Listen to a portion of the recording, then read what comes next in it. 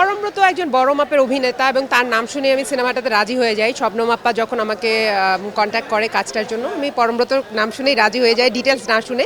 কিন্তু আমি এতটুকু বলবো, পরমব্রতর সঙ্গে কাজ করতে গিয়ে আমি অনেক এক্সাইটেড ছিলাম, নার্ভাসও ছিলাম, কিন্তু সে এত কাইন্ড হার্টেড এবং ওয়েল ম্যানার্ড এবং একজন ভালো মানুষ, অনেক হেল্পফুল, সাপোর্টিভ।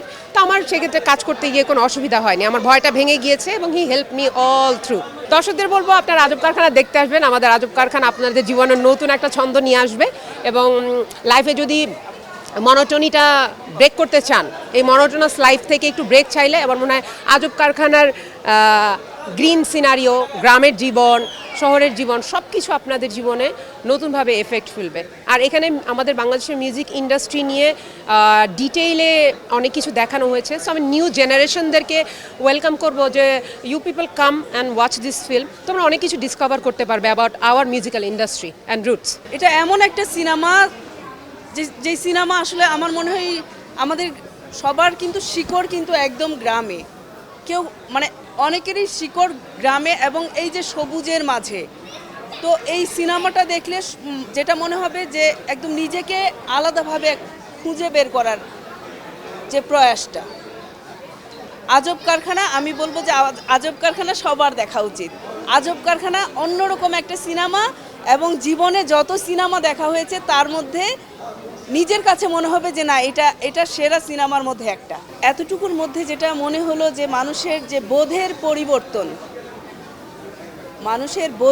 পরিবর্তন এবং ধীরে ধীরে মানুষ আসলে আমরা আসলে কোন ট্র্যাকে আছি বা আমাদের জীবনটা কোন দিকে ধাবিত হচ্ছে অনেক সময় আমরা আসলে বুঝি না। তো এই সিনেমার মধ্যে মনে হচ্ছে যে সে নতুন করে রাজীব যে রকি স্টার, সে নতুন করে নিজেকে আবিষ্কার করতে চলেছে। আমার কাছে এতটুকু মনে হয়েছে। নগদের কাছে সব গ্রাহকই প্রিয়, তাই তো সারা দেশে ক্যাশ আউট চার্জ সবচেয়ে কম। না, এটা আমার প্রথম ফিকশন ফিল্ম, কাহিনী চিত্র, কিন্তু আমি তো ডকুমেন্টারি ফিল্ম বানাই 25 বছর হয়ে গেল। না, এটা কিন্তু গ্রামীণ প্রেক্ষাপটের ছবি নয়। সবাই আমরা ইচ্ছা করে ছেড়েছি গ্রামাদের ফোক সংগুলো, কিন্তু এটা আসলে শহরেরই গল্প, আমাদের মিডিয়ার গল্প, একজন রক আর্টিস্টের গল্প। গ্রাম তার একটা বিরাট অংশ, সেই গল্পের একটা বড় অংশ।